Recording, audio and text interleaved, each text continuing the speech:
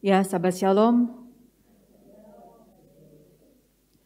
Baruch Hashem, puji nama Tuhan, kita bisa berkumpul lagi bersama-sama di dalam ibadah Syabat. Kita menikmati persekutuan kita bersama dengan Hashem dan juga dengan sesama. Seperti tadi dikatakan oleh Bapak Gembala bahwa kita akan sama-sama belajar Parashat Vayetse.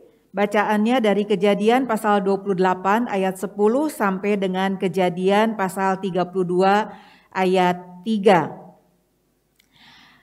Kalau kita perhatikan kitab Kejadian, mulai dari Kejadian pasal 12 sampai dengan Kejadian pasal 50, kita tahu bahwa semua hal itu bercerita tentang kehidupan keluarga patriark, Bapa leluhur iman kita, yaitu Abraham, Avinu, Yitzhak, dan Yaakov. Dan kehidupan keluarga patriark ini ternyata kehidupan yang penuh drama, ya. Jadi tidak mulus, Bapak Ibu Saudara yang dikasihi oleh Elohim, mengingatkan kita bahwa kehidupan kita pun sebagai anak-anak Tuhan tidak selalu mulus.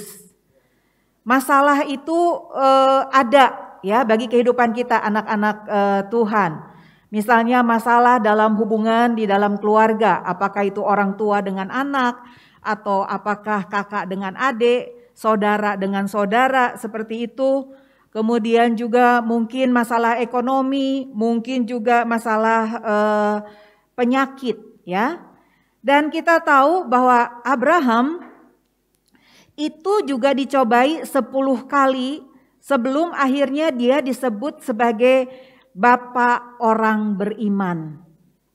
Yakobus pasal 1 ayat 3 menulis bahwa ujian terhadap imanmu itu menghasilkan ketekunan. Jadi ujian yang Tuhan perkenan terjadi di dalam hidup kita itu akan membuat kita semakin dekat dan bergantung kepada Tuhan. Dan satu yang kita pegang, bahwa Tuhan mempunyai rencana yang indah di dalam hidup kita semua. Dan pada akhirnya Dia akan membawa kita ke rumput yang hijau dan air yang tenang. Ada satu lagu lama, ya. Di situ dikatakan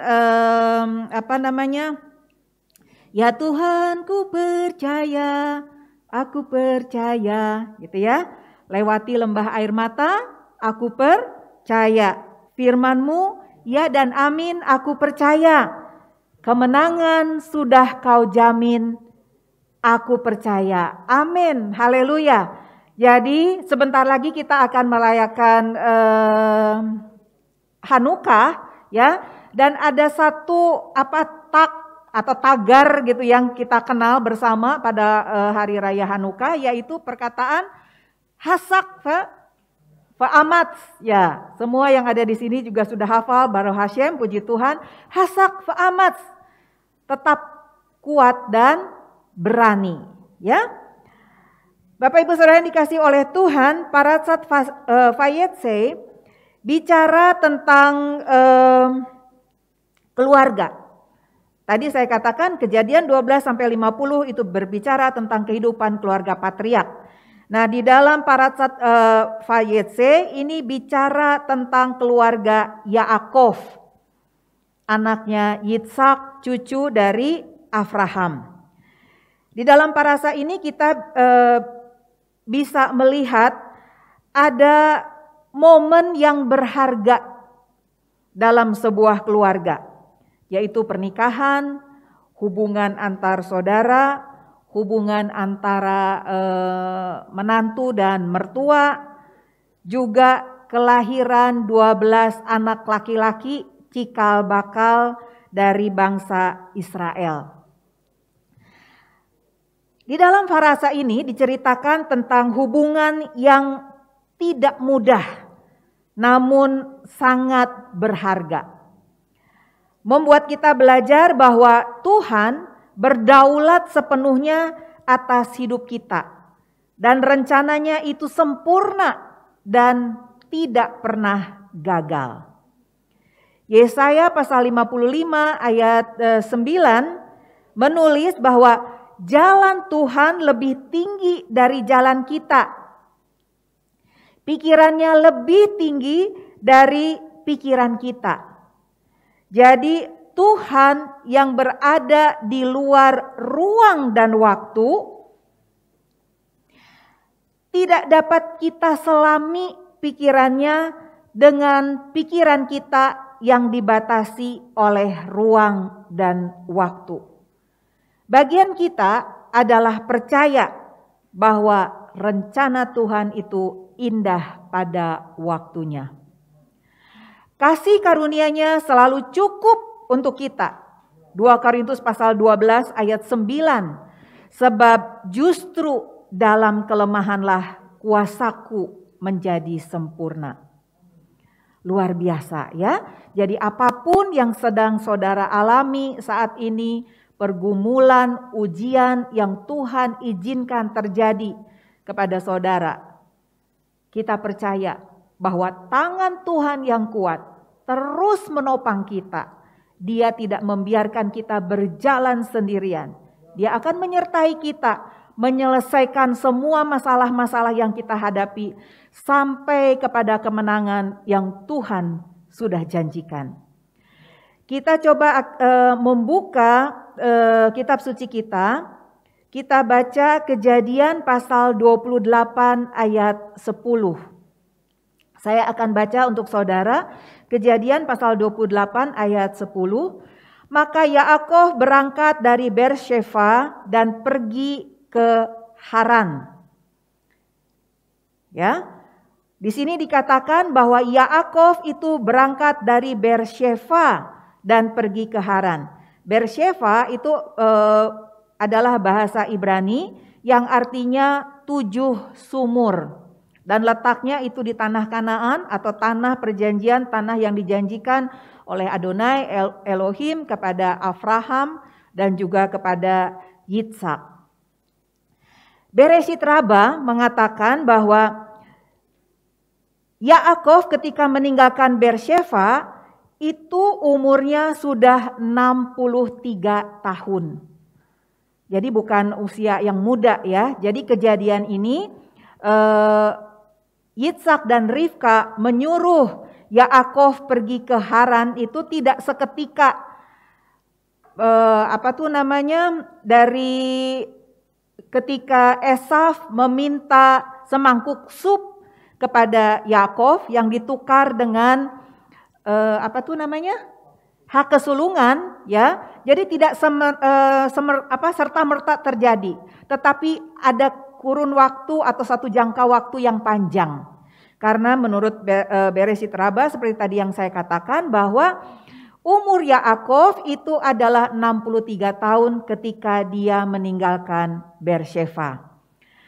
Dan dalam perjalanan ke Haran, Yaakov juga dia berhenti untuk belajar Torah pada Eber. Eber ini adalah cucu dari Shem.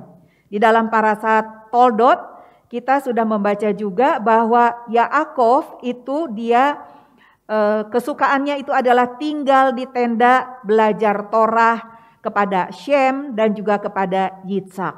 Nah, dalam perjalanan dari Beersheba ke Haran ternyata dia juga belajar Torah pada Eber, cucunya Shem. Dan waktunya juga tidak main-main. Bereshit Rabbah mencatat 14 tahun Yaakov belajar Torah pada Eber, ya. Kemudian di situ juga diceritakan bahwa Yaakov itu dirampok oleh Elifaz, cucunya Esaf. Sehingga Yaakov itu tidak mempunyai apa-apa.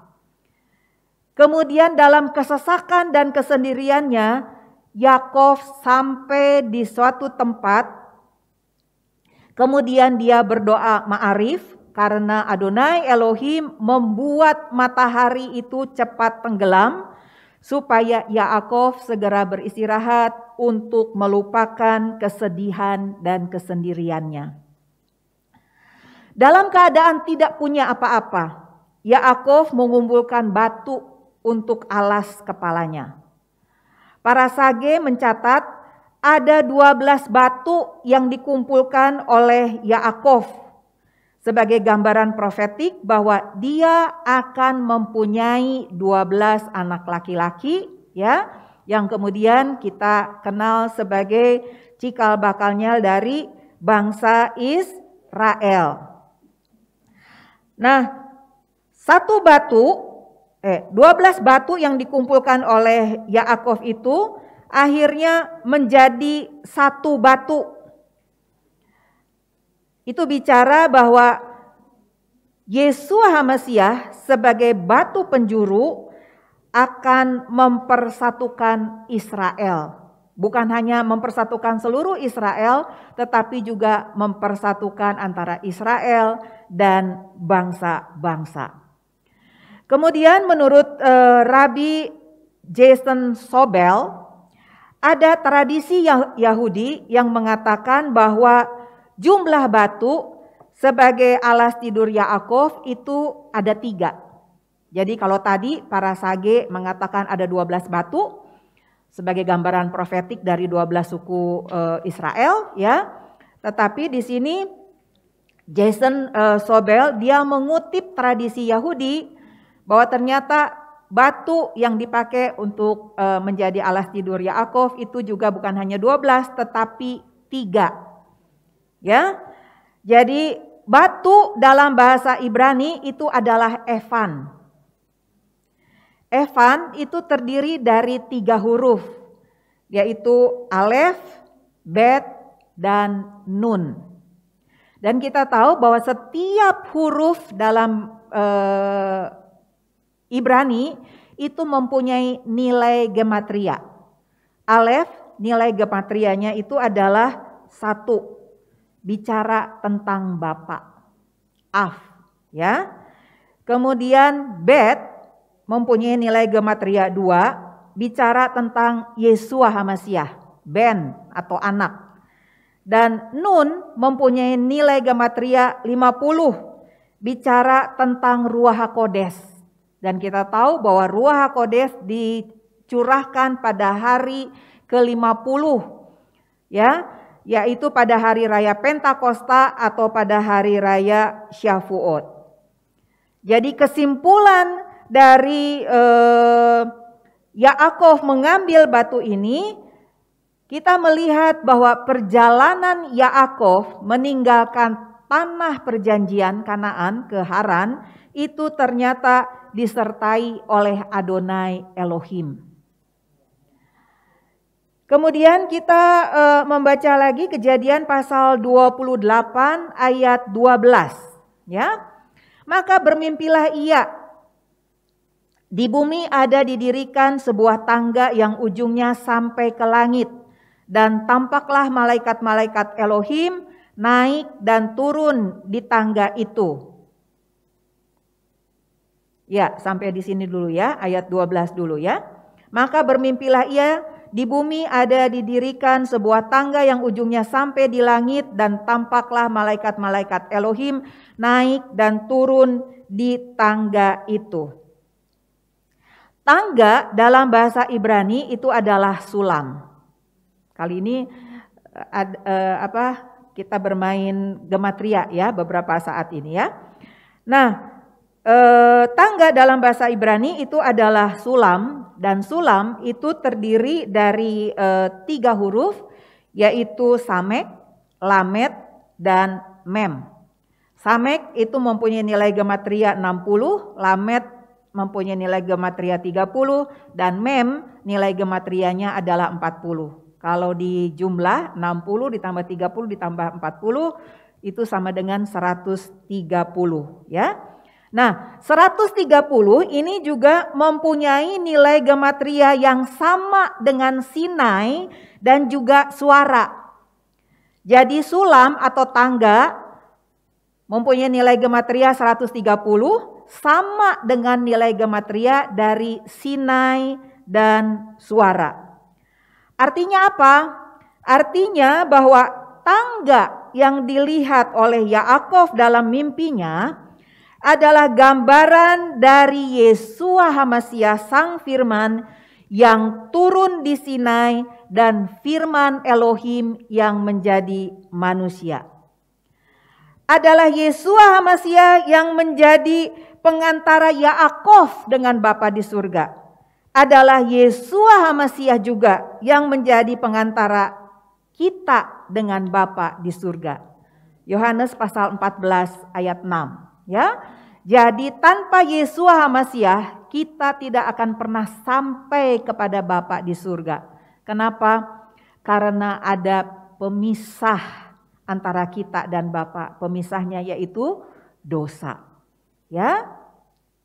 Nah, selain gambaran Mesias Yeshua, tangga juga bicara tentang doa yang kita panjatkan kepada Adonai Elohim. Kita ada di bumi, Adonai Elohim ada di surga. Waktu kita berdoa, doa kita itu seperti tangga yang menghubungkan antara kita dengan Bapa di surga. Dan kita tahu juga bahwa Yeshua HaMashiach mengajarkan kita berdoa, ya, menutupnya dengan perkataan Beshem Yeshua HaMashiach, di dalam nama Yeshua HaMashiach. Karena Torah mengajarkan juga kepada kita, ya, bahwa Yeshua HaMashiach itulah yang akan membawa doa-doa kita kepada Bapa di surga.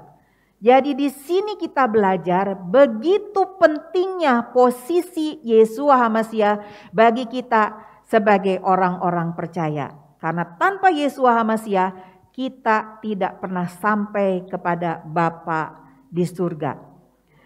Kemudian selain gambaran Mesias Yeshua dan juga doa, tangga itu juga merupakan gambaran dari Israel. Artinya bahwa Adonai Elohim itu tidak pernah meninggalkan Israel sendirian. Ya, seperti kita tahu bahwa Israel itu merupakan anak sulung dari Bapa di surga.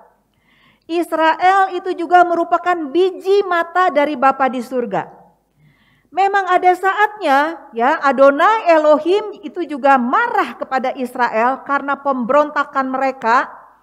Tetapi Adonai Elohim tidak pernah menceraikan Israel.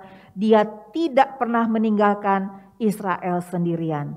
Yang ada adalah dia pergi sesaat untuk kemudian dia kembali lagi untuk mengasihi Israel sebagai anak sulung dan juga biji matanya. Kita lanjut membaca di ayat 13 sampai 15. Berdirilah Tuhan di sampingnya dan berfirman, Akulah Adonai Elohim Abraham nenekmu dan Elohim Yitzhak. Tanah tempat engkau berbaring ini akan kuberikan kepadamu dan kepada keturunanmu. Keturunanmu akan menjadi seperti debu tanah banyaknya, dan engkau akan mengembang ke sebelah timur, barat, utara, dan selatan. Dan olehmu serta keturunanmu semua kaum di muka bumi akan mendapat berkat. Ayat 15, Sesungguhnya aku menyertai engkau, dan aku akan melindungi engkau kemanapun engkau pergi. Dan aku akan membawa engkau kembali ke negeri ini, sebab aku tidak akan meninggalkan engkau, melainkan tetap melakukan apa yang kujanjikan kepadamu. Apa yang dikatakan oleh Adonai Elohim kepada Yaakov, ini merupakan peneguhan janji yang sudah diucapkan oleh Adonai Elohim kepada Abraham dan Yitzhak. Jadi janji Tuhan kepada Yaakov di ayat 15 itu membuat Yaakov mantap melangkah ke Haran. Meskipun Yaakov tidak mengetahui apa yang akan dialaminya di Haran. Tadi di awal saya mengatakan, ya, Yaakov itu dia sendirian. Dia merasa takut, dia jauh dari tanah perjanjian, dia jauh dari orang tuanya. Ya. Tetapi dengan peneguhan janji yang dilakukan oleh Adonai Elohim terhadap Yaakov, membuat Yaakov mantap untuk melangkah ke Haran. Ayat 16, ketika Yaakov bangun dari tidurnya, berkatalah ia, sesungguhnya Tuhan ada di tempat ini dan aku tidak mengetahuinya. Nah, di sini kita melihat bahwa Adonai Elohim itu ada di mana-mana. Ya, waktu kita susah dan sendirian, Dia ada bersama saudara dan saya. Orang lain bisa meninggalkan kita. Saudara bisa meninggalkan kita, orang tua kita pun bisa meninggalkan kita. Tetapi Adonai Elohim, Dia tidak pernah meninggalkan kita. Dia adalah sobat kita yang setia. Ya, sayangnya Bapak Ibu Saudara, tes. Oke, baik, terima kasih ya. Jadi seperti yang saya katakan tadi bahwa Adonai Elohim itu ada di mana-mana. Waktu kita susah, waktu kita sendirian, ya, Dia tetap bersama-sama dengan kita semua. Ada satu lagi, satu lagu lagi, pasti saudara juga ingat apa? Ada satu sobatku yang setia. Cuma mohon maaf Bapak Ibu Saudara, saya tidak pede ya untuk menyanyikan lagunya gitu ya. Tapi yang jelas ketika saya memperkatakan bahwa Elohim itu ada bersama-sama dengan kita ya. Dia adalah sobat kita yang setia. Saya teringat kepada lagu itu bahwa ada satu sobatku yang setia dan seterusnya ya. Baik. Kemudian kita lanjutkan lagi membaca di ayat 17. Ayat 17 dikatakan, ia takut dan berkata, alangkah dahsyatnya tempat ini tidak lain dari rumah Elohim, ini pintu gerbang sorga. Ya, jadi kita membaca bahwa Yaakov itu dia merasa takut. Tetapi takut di sini itu bukan artinya bukan takut karena apa ya? Misalnya kita mencuri sesuatu gitu ya, terus ketahuan jadi kemudian takut begitu ya. Tetapi takutnya Yaakov di sini lebih kepada gentar akan kedahsyatan Tuhan. Itu dia ya. Ada nggak di antara Bapak dan Ibu yang tidak gentar ketika menghadapi kedahsyatan Tuhan? Pastinya kita semua gentar. Nah, ketakutan itulah yang dirasakan oleh Yaakov ya. Kemudian apa yang dilakukan oleh Yaakov kita baca di dalam ayat 18. Keesokan harinya pagi-pagi Yaakov mengambil batu yang dipakainya sebagai alas kepala dan mendirikan itu menjadi tugu dan menuang minyak ke atasnya.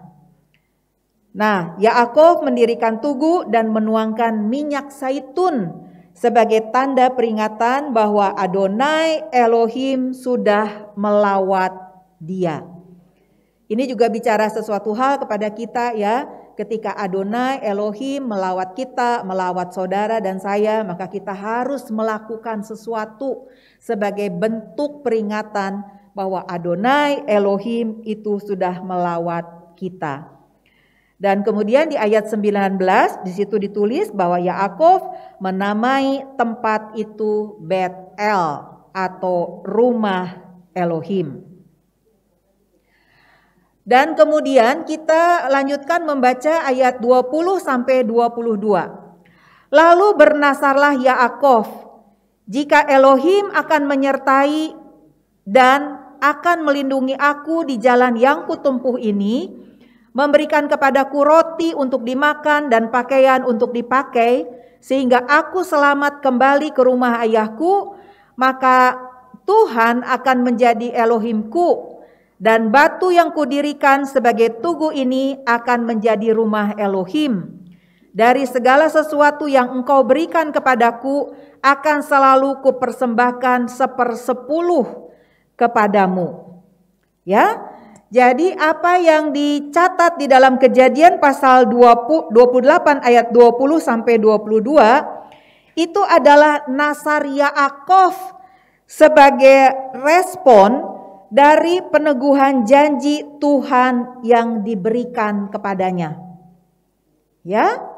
Jadi Tuhan dia menghampiri Yaakov, mengadakan peneguhan perjanjian, dan kemudian Yaakov meresponnya dengan bernasar bahwa dia akan memberikan persepuluhan ketika Adonai Elohim memberkati dia. Ini juga satu pelajaran yang penting buat kita semua, ya.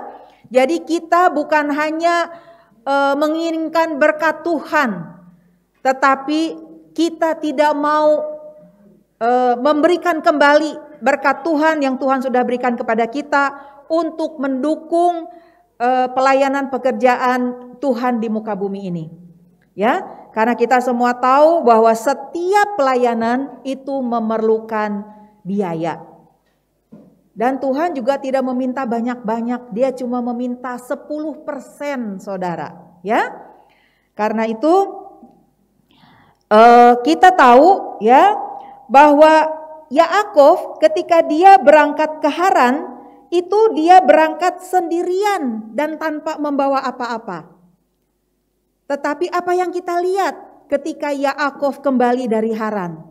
Dia tidak lagi sendirian. Dia sudah mempunyai 2 orang istri, 2 orang gundik, ya, 11 anak laki-laki dan 1 orang anak perempuan. Dan bukan hanya itu, Yaakov juga sudah menjadi kaya karena dia mempunyai ternak yang banyak.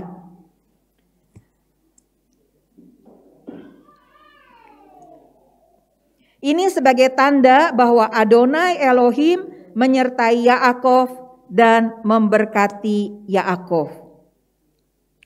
Firman Tuhan seperti kita semua sudah ketahui ya, mengajarkan bahwa di balik setiap ketaatan itu ada berkat. Tetapi, nah ingin saya katakan di sini ya, tetapi kita tidak boleh menjadikan ketaatan karena kita ingin mendapatkan berkat. Saya katakan sekali lagi, kita tidak boleh menjadikan ketaatan ya karena ingin mendapatkan berkat. Mengapa saudara? Kita taat karena Adonai Elohim adalah raja di atas segala raja yang harus kita taati firman-Nya. Apakah ada berkatnya atau tidak? Adonai Elohim sebagai raja di atas segala raja itu harus kita taati firman-Nya, saudara. Ya, kalau kemudian Adonai Elohim mengatakan bahwa di balik setiap ketaatan itu adalah berkat, baru Hasyem, puji Tuhan. Tetapi sekali lagi saya mengatakan kita taat kepada Adonai Elohim bukan karena kita ingin mendapatkan berkat, tetapi karena kita memposisikan Adonai Elohim itu sebagai raja di atas segala raja yang harus kita taati segala firman-Nya. Ya. Nah, apabila kita taat karena ingin mendapatkan berkat, berarti kita belum menjadikan Adonai Elohim sebagai raja di atas segala raja.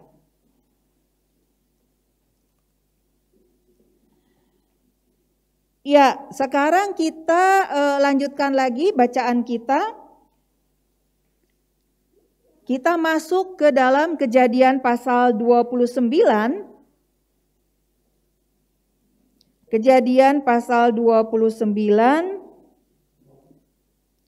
ayat 1 sampai dengan Kejadian pasal 31 ayat 55. Ya, saya harap Bapak Ibu Saudara sudah membaca bacaan firman tentang parasat Vayetse ini sebelum kita sama-sama belajar ya pada siang hari ini.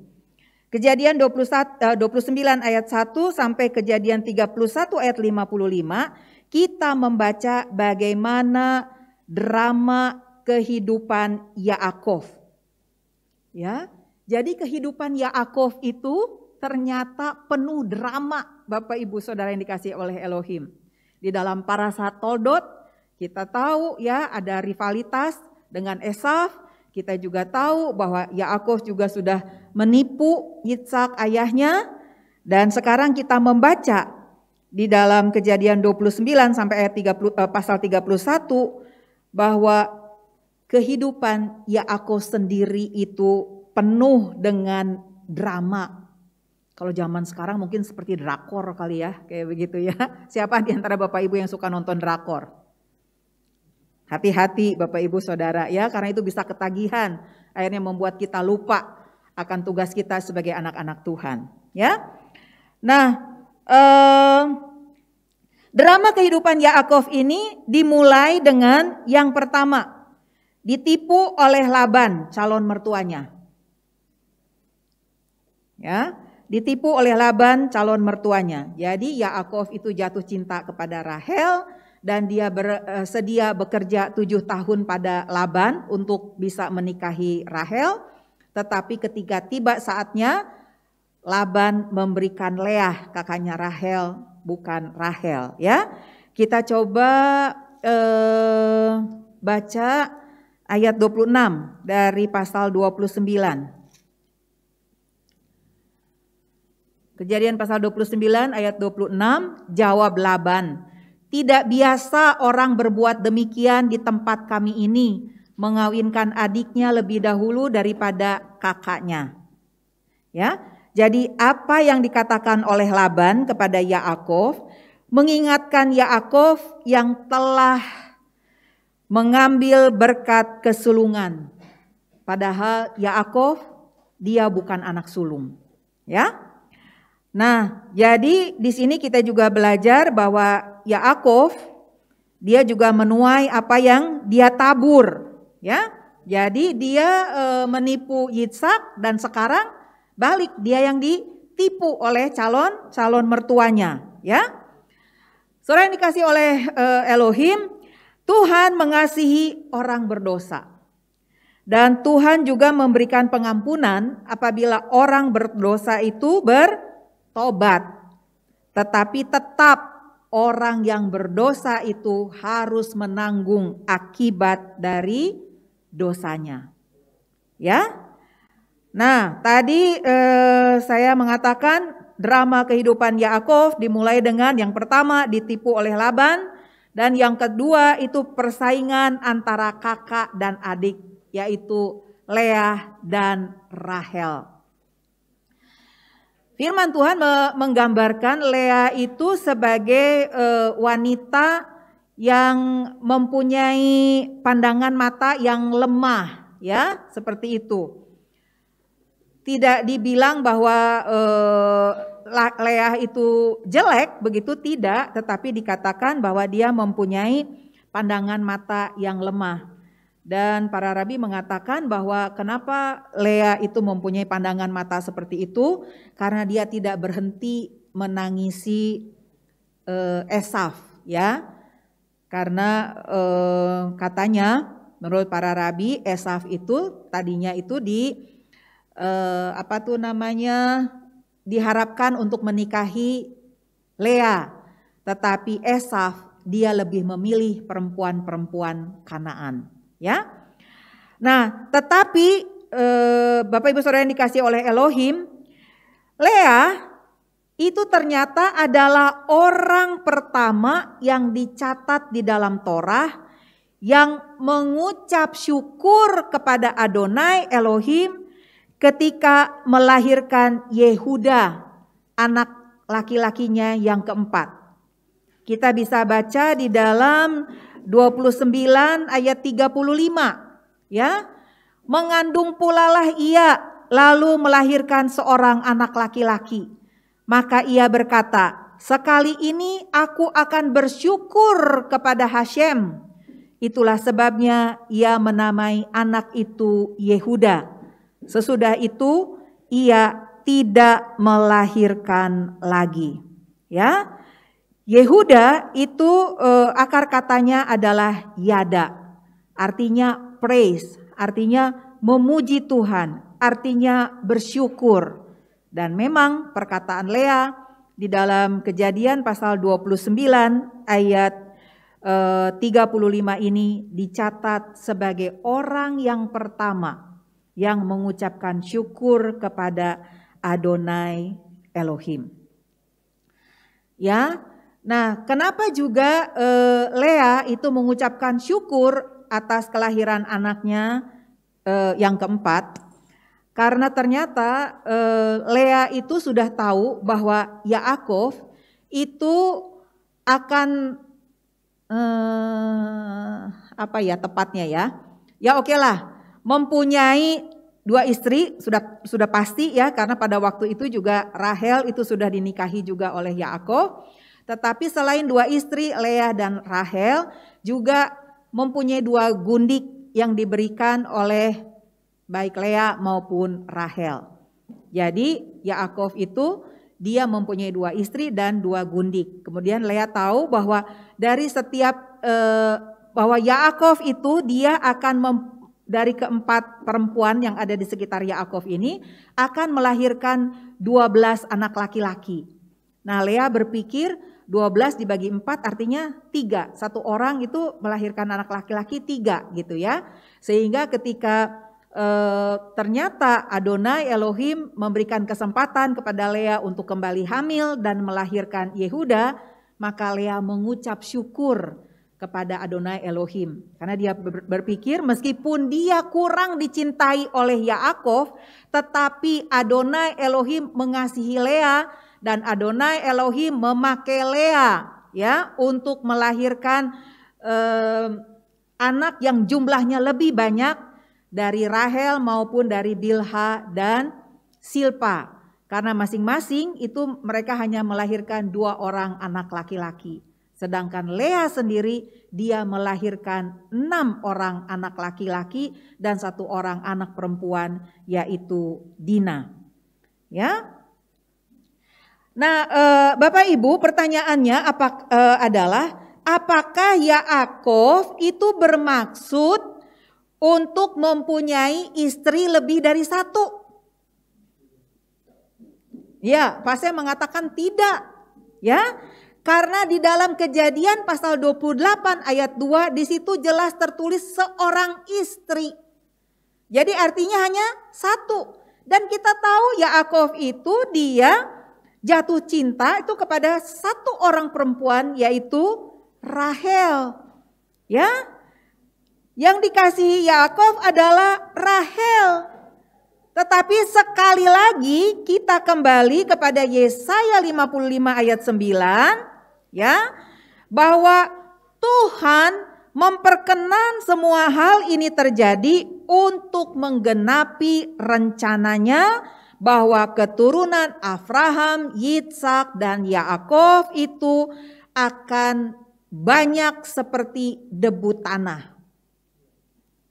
Ya. Dan kemudian singkat cerita nih setelah 20 tahun Yaakov bekerja pada Laban di Haran, tiba saatnya bagi Yaakov untuk kembali ke Kanaan. Kita coba lihat Kejadian pasal 31 ayat 3 ya. Jadi Yaakov itu sudah 20 tahun dia tinggal di Haran, bekerja pada Laban, dia mengalami asam garam kehidupan di dalam keluarga Laban ya. Dan sekarang tiba saatnya bagi Yaakov untuk kembali ke tanah Kanaan. Kejadian pasal 31 ayat 3. Lalu berfirmanlah Tuhan kepada Yaakov, pulanglah ke negeri nenek moyangmu dan kepada kaummu, dan aku akan menyertai engkau. Ya. Jadi Adonai Elohim memerintahkan Yaakov untuk pulang ke negeri nenek moyangnya yang dijanjikan Adonai Elohim menjadi milik pusakanya. Bapak Ibu yang dikasih oleh Elohim, di dalam Parashat Vayetse kita melihat sepertinya Adonai Elohim membela, ya. Sepertinya Adonai Elohim membela apa yang dilakukan Yaakov terhadap Yitsak dan Esaf. Tetapi apabila kita cermat membaca firman Tuhan, maka kita tahu bahwa Hashem membiarkan hal ini terjadi untuk menggenapi janjinya kepada Rivka di dalam Kejadian pasal 25 ayat 23. Di situ dikatakan bahwa anak yang tua akan menjadi hamba anak yang muda. Ya. Jadi sepertinya Adonai Elohim itu sudah, maksud saya bukan sepertinya, artinya apa Bapak Ibu? Artinya bahwa Adonai Elohim itu sudah berbicara kepada Rivka tentang apa yang akan terjadi terhadap kedua anaknya. Ya, jadi Adonai Elohim sudah berbicara kepada Rivka tentang apa yang akan terjadi terhadap dua anaknya. Tetapi, nah, di sini ada masalah. Masalahnya itu apa? Apa yang dikatakan oleh Adonai Elohim kepada Rivka itu tidak dikomunikasikan kepada Yitsak. Sehingga terjadi miscommunication. Sehingga terjadi gap komunikasi antara Rivka dan Yitsak. Nah, di sini kita belajar pentingnya komunikasi dalam sebuah hubungan. Ya, contohnya misalnya dalam hubungan suami istri. Ada banyak kali kami melayani ya masalah di dalam hubungan suami istri itu karena kurangnya komunikasi atau bahkan tidak ada komunikasi sama sekali antara suami dan istri. Sehingga akhirnya yang terjadi itu saling silang gitu ya, saling silang. Karena istri tidak tahu apa yang diharapkan oleh suaminya kepada dia, demikian juga suaminya ya. Dia tidak tahu apa sih yang ada di dalam hati istrinya, seperti itu ya. Jadi ini penting sekali bagi kita semua untuk menjaga komunikasi antara suami istri, bukan hanya suami istri tetapi orang tua dengan anak, saudara dengan saudara, teman dengan teman, juga di dalam pelayanan Bapak Ibu Saudara. Ini juga penting kita berkomunikasi dengan baik ya, dengan sesama teman pelayanan kita. Sehingga pelayanan yang kita berikan itu menjadi satu pelayanan yang indah, menjadi satu pelayanan yang baik, yang akan memberkati Tuhan dan juga memberkati orang banyak. Nah, tadi saya katakan ya bahwa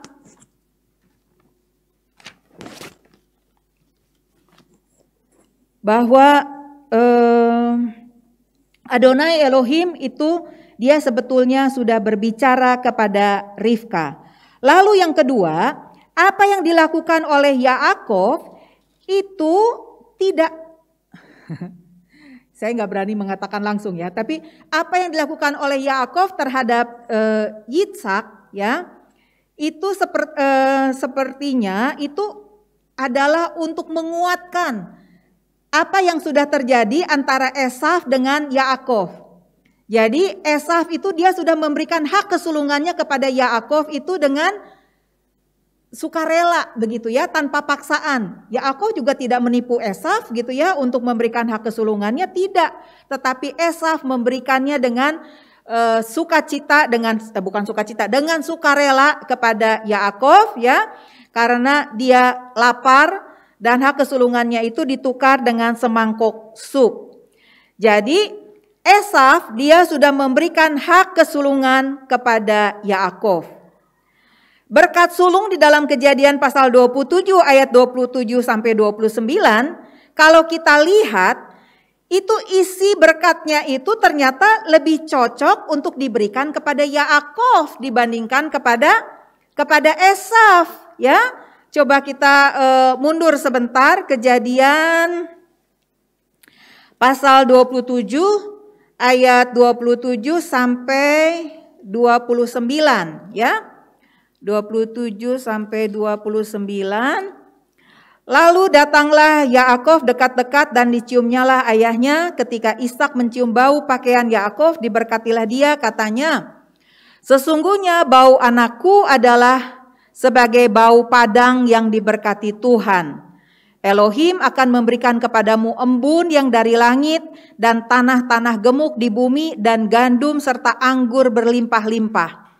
Bangsa-bangsa akan takluk kepadamu dan suku-suku bangsa akan sujud kepadamu.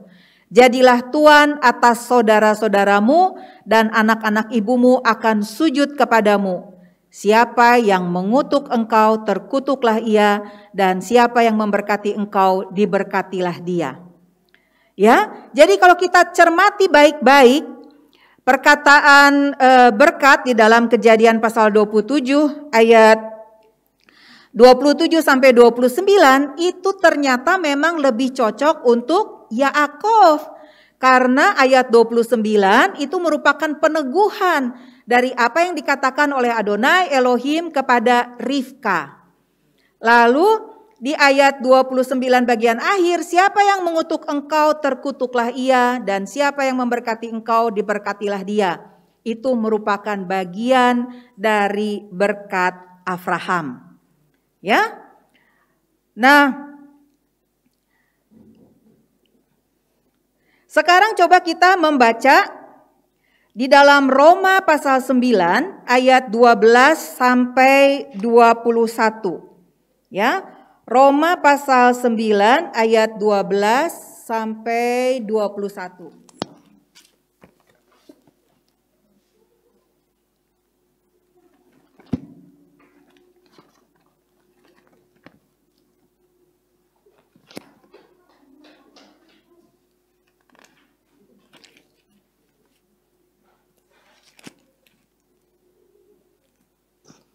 Oke. Roma pasal 9 ayat 12 sampai 21. Saya akan baca cepat ya.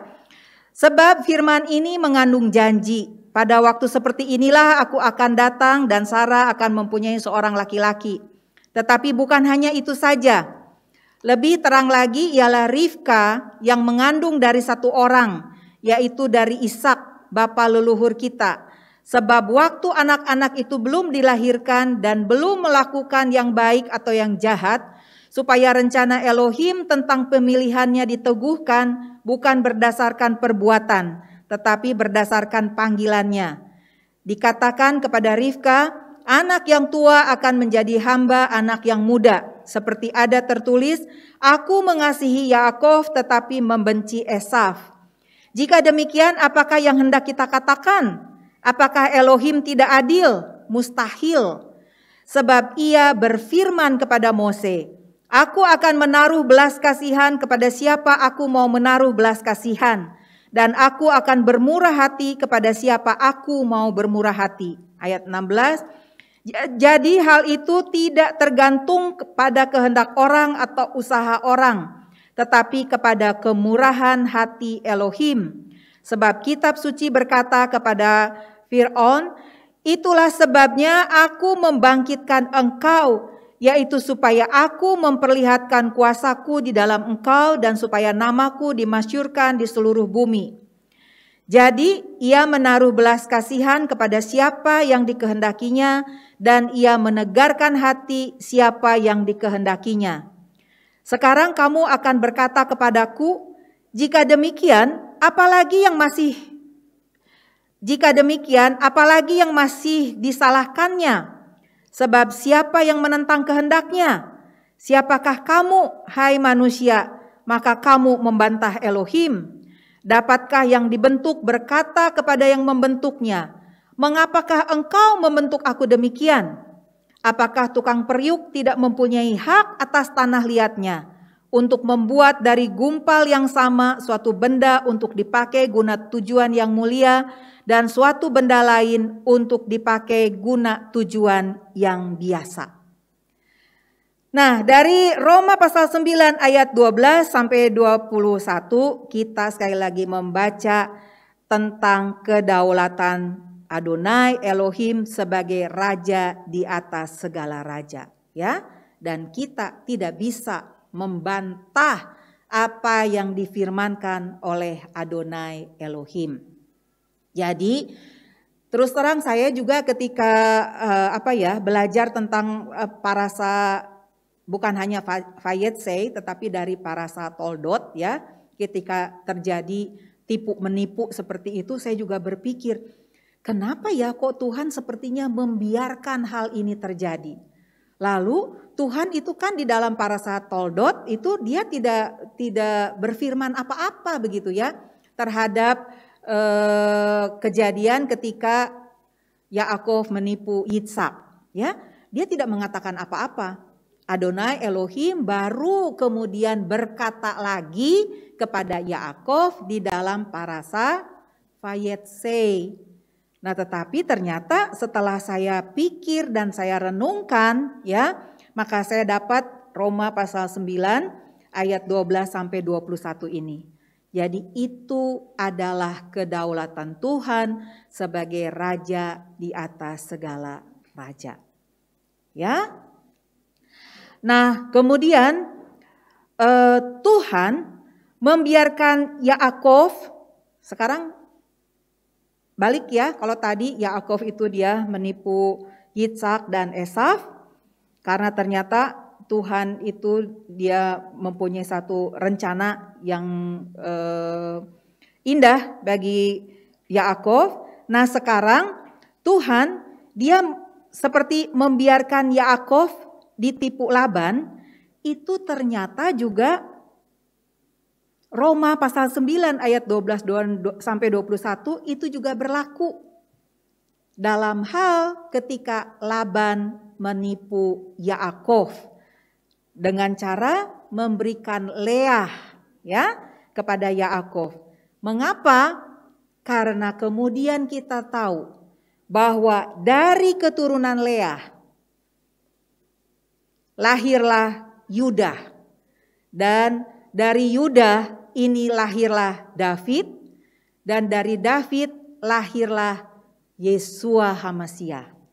Ya, jadi dari keturunan Leah, Yuda, lahirlah Mesias ben David. Sedangkan dari keturunan Rahel atau Yosef, lahirlah Mesias ben Yosef. Jadi tidak ada sesuatu yang kebetulan, Bapak Ibu Saudara. Meskipun pada saat itu sepertinya tuh gak masuk di akal ya. Meskipun pada saat kejadiannya itu sepertinya tuh tidak mengenakan. Tetapi sekali lagi kita harus percaya bahwa rencana Tuhan itu adalah rencana yang indah. Pikiran kita itu gak bisa menyelami pikirannya Tuhan. Kita itu tidak bisa mengerti jalannya Tuhan seperti tadi yang ditulis di dalam Yesaya pasal 55 ayat 1.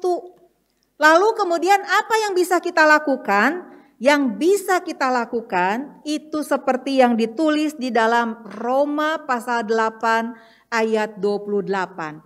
Kita harus percaya bahwa Adonai Elohim, Roma 8 ayat 28, coba Bapak Ibu buka ya. Kita tahu sekarang bahwa Elohim turut bekerja dalam segala sesuatu untuk mendatangkan kebaikan bagi mereka yang mengasihi Dia, yaitu bagi mereka yang terpanggil sesuai dengan rencana Elohim. Saya ulang ya, kita tahu sekarang bahwa Elohim turut bekerja dalam segala sesuatu untuk mendatangkan apa? Kebaikan. Bagi siapa? Bagi mereka yang terpanggil sesuai dengan rencana Elohim. Nah, sekarang Bapak dan Ibu merasa enggak bahwa Bapak dan Ibu itu sudah dipanggil sesuai dengan rencana Elohim? Amin, ya puji Tuhan. Nah, kalau begitu di sini dikatakan apa? Bahwa Elohim turut bekerja dalam segala sesuatu untuk mendatangkan kebaikan. Mungkin saat ini Bapak dan Ibu belum bisa melihat kebaikan itu. Ya, bagaimana saya bisa melihat kebaikan? Lawang yang saya rasakan itu adalah rasa sakit. Saya mau kasih kesaksian ya Bapak Ibu. Sudah pernah saya saksikan, tapi saya nggak tahu di online ini. Tapi kalau misalnya tahu sudah saya ulangi. Saya mempunyai 3 orang anak, 2 perempuan dan 1 laki-laki. Ya, jadi waktu saya hamil anak pertama itu posisi saya itu masih bekerja. Dan kemudian ketika dikasih tahu sama dokter bahwa rencana lahir itu tanggal sekian gitu ya, akhirnya saya mengambil cuti gitu dari kantor, mempersiapkan diri untuk melahirkan anak yang pertama.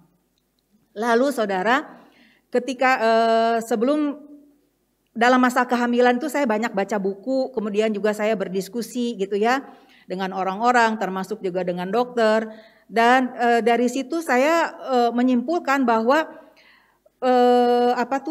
melahirkan anak pertama itu mungkin akan lebih sulit dibandingkan dengan melahirkan anak kedua dan seterusnya begitu ya. Karena ini merupakan anak pertama begitu. Dan ya udah saya cuma bisa bawa dalam doa saja gitu ya, menyerahkan semuanya ke dalam tangan kasih Tuhan supaya tangan Tuhan campur tangan dalam proses kelahiran. Lalu apa yang terjadi Bapak Ibu, Saudara? Tiba saatnya saya harus melahirkan. Waktu itu pagi-pagi ya jam 3:30 saya sudah mulai mules gitu ya, perutnya sudah mulai mules. Tapi waktu saya ke belakang saya melihat tidak ada darah gitu, karena orang bilang oh nanti kalau misalnya sudah ada darah itu berarti sudah saatnya dibawa ke dokter atau enggak ke rumah sakit. Karena tidak ada darah ya udah suami saya tidur dengan damai gitu ya di samping saya juga tidak berani membangunkan dia karena belum ada apa-apa, cuma mules doang gitu ya. Sampai akhirnya 4:30 saya udah nggak tahan lagi Bapak Ibu. Akhirnya saya bangunkan suami saya, minta diantarkan ke rumah sakit ya. Lalu sampai di rumah sakit diperiksa, oh ini baru bukaan berapa ya Ded? Lupa saya. Oh Pak Ben pasti lupa juga ya. Baru bukaan 3 katanya, baru bukaan 3, masih lama Bu katanya ya. Nah waktu saya datang ke rumah sakit, ini rumah sakit khusus untuk bersalin gitu ya. Bapak Ibu di sekitarnya itu aduh banyak sekali, bukan banyak sih, ada beberapa ibu ya yang sedang berteriak-teriak kesakitan gitu ya. Karena anaknya tuh gak lahir-lahir gitu kan. Aduh saya tadinya gak mau nanya, tapi kan saya jadi penasaran gitu. Saya tanya kepada suster, suster udah berapa lama itu ibu yang di depan saya? Dia bilang udah lebih dari 12 jam Bu. Waduh saya bilang, saya langsung berdoa dalam nama, waktu itu masih dalam nama Yesus Kristus ya. Dalam nama Yesus Kristus saya gak mau mengalami hal seperti ibu itu, saya bilang. Akhirnya singkat cerita, jam 6:05 dokternya itu mau pulang setelah operasi sesar ya. Mengoperasi sesar ibu yang lain, terus dia mau pulang. Tapi waktu mau pulang, kok dia tuh nengok gitu loh ke kamar saya itu loh. Dia nengok, terus ini dia panggil suster. Suster coba lihat nih Ibu Ira katanya. Si susternya dengan pede dia bilang oh masih lama Dok, anak yang pertama tadi masih bukaan 3 katanya gitu kan. Tapi saya tuh udah berteriak gitu kan. Dok sepertinya nih anaknya udah mau lahir gitu kan. Terus akhirnya dilihat sama si suster, memang betul itu kepala anak tuh udah sampai di luar gitu ya. Akhirnya jam 6:05 saya dibawa ke VK begitu. Jam 6:10 semua proses melahirkan sudah terjadi. Bayangkan cuma 15 menit Bapak Ibu melahirkan anak yang pertama, kalau bukan dengan pertolongan Tuhan apa namanya ya. Kemudian tiba saatnya saya hamil lagi yang kedua tapi anak yang kedua ini sudah mulai ada masalah karena saya ada preeklamsi begitu ya, preeklamsi sehingga akhirnya harus dilahirkan sesar. Akhirnya anak yang kedua dilahirkan sesar. Terus nih karena anak pertama perempuan, anak kedua perempuan, Pak Ben datang kepada saya, Mami 1 lagi katanya anaknya. Waduh saya bilang bagaimana caranya nih 1 lagi ya. Udah waktu hamil 2 anak ini aja susahnya minta ampun begitu ya. Karena aduh mual-mual segala macam gitu gak bisa masuk gitu. Terus ya akhirnya ya sudahlah karena Pak Ben istrinya cuma saya satu-satunya gitu ya. Ya dia mintanya kepada saya gitu kan. Akhirnya ya udah. Terus karena Pak Ben bilang begini, saya percaya anak yang ketiga ini pasti laki-laki katanya gitu ya. Dan nanti kalau misalnya memang Tuhan memberikan anak laki-laki, saya akan sunat. Dia bilang umur 8 hari gitu kan. Terus akhirnya itu doanya Pak Ben. Saya berdoanya lain lagi kepada Tuhan. Saya bilang gini, Tuhan kalau Engkau memang memperkenankan saya hamil sekali lagi, ada syaratnya nih ya. Saya bilang pertama, saya mau anak laki-laki. Ya. Yang kedua, saya nggak mau ngidam. Saya bilang, ya udah saya cuma punya 2 permintaan itu. Dan apa yang terjadi? Tuhan mengabulkan baru Hashem. Ya. Saya tidak ngidam sama sekali Bapak Ibu. Jadi saya kehamilan yang ketiga tuh enak banget gitu ya. Bisa ngerjain segala sesuatu dengan bebas begitu kan. Lalu kemudian puji Tuhannya juga ternyata memang anaknya laki-laki. Ya. Tetapi apa yang terjadi Bapak Ibu? Tadi saya katakan anak yang kedua itu saya sudah mengalami preeklamsi gitu ya. Tapi itu preeklamsinya pada minggu-minggu terakhir gitu kan sebelum saya melahirkan. Tapi untuk anak yang ketiga, saya mengalami preeklamsi itu dari kehamilan sekitar umur 30 mingguan seperti itu. Ya, sehingga akhirnya dokter juga mengatakan, "Oh, Ibu, ini harus segera dilahirkan karena anak ini sudah tidak lagi mendapatkan asupan makanan." Dia bilang begitu ya. Lalu apa yang terjadi? Anak saya dilahirkan lagi secara sesar tetapi prematur. Ya, prematur beratnya itu 1,6 ketika dilahirkan. Lalu kemudian ketika sudah dibersihkan, beratnya cuma tinggal 1,250 gram. 1 kilo 250 gram. Ya, kecil banget Bapak Ibu Saudara ya. Terus ya, waktu itu Roma 8 ayat 28 itu sudah menjadi salah satu ayat favorit saya. Gitu kan? Jadi pada waktu itu, aduh rasanya tuh saya gimana ya? Ngelihat anak saya itu ya ampun, segede botol begitu ya. Terus kan selang-selang dipasangin di sana sini gitu ya. Seluruh tubuhnya itu penuh dengan selang seperti itu. Lalu saya menangis di hadapan Tuhan. Menangis di hadapan Tuhan, terus Tuhan mengingatkan Roma 8 ayat 28. Terus saya komplain lagi sama Tuhan. Tuhan, di mana kebaikannya? Saya tidak bisa melihat kebaikannya Tuhan. Karena saya yang lihat sekarang itu adalah hati saya yang hancur. Karena anak saya lahir prematur. Ya, mesti masuk ke inkubator. Dipenuhi dengan selang-selang. Dan saya juga gak tahu berapa lama dia di inkubator. Karena dokter bilang mesti 1,8. Kalau sudah 1,8 dia keluar dari inkubator dan kemungkinan bisa pulang. Bayangin saudara, ini beratnya 1 kilo 250 gram. Kemudian susu yang harus diberikan kepada bayi ini ditakar sekali minum tuh cuma 5 mili. Gimana mau mengejar 1,6 atau 1,8? Dari mana itu rumusnya? Ya, tapi saya mengatakan, Tuhan, saya percaya firman-Mu itu ya dan amin. Ya, sehingga Roma 8 ayat 28 saya terus perkatakan dan saya bilang, Tuhan, kalau saat ini saya belum bisa melihat kebaikan Tuhan, berikan saya kesabaran, saya bilang, untuk bisa melihat kebaikan Tuhan dalam hidup saya, dalam hidup anak ini. Saya bilang begitu ya. Dan puji Tuhan, anak ini dia bisa keluar cepat dari inkubator, cuma 20 hari begitu ya, bisa dibawa pulang. Dan dari sini saya waktu masih belum ngerti kebaikannya tuh apa.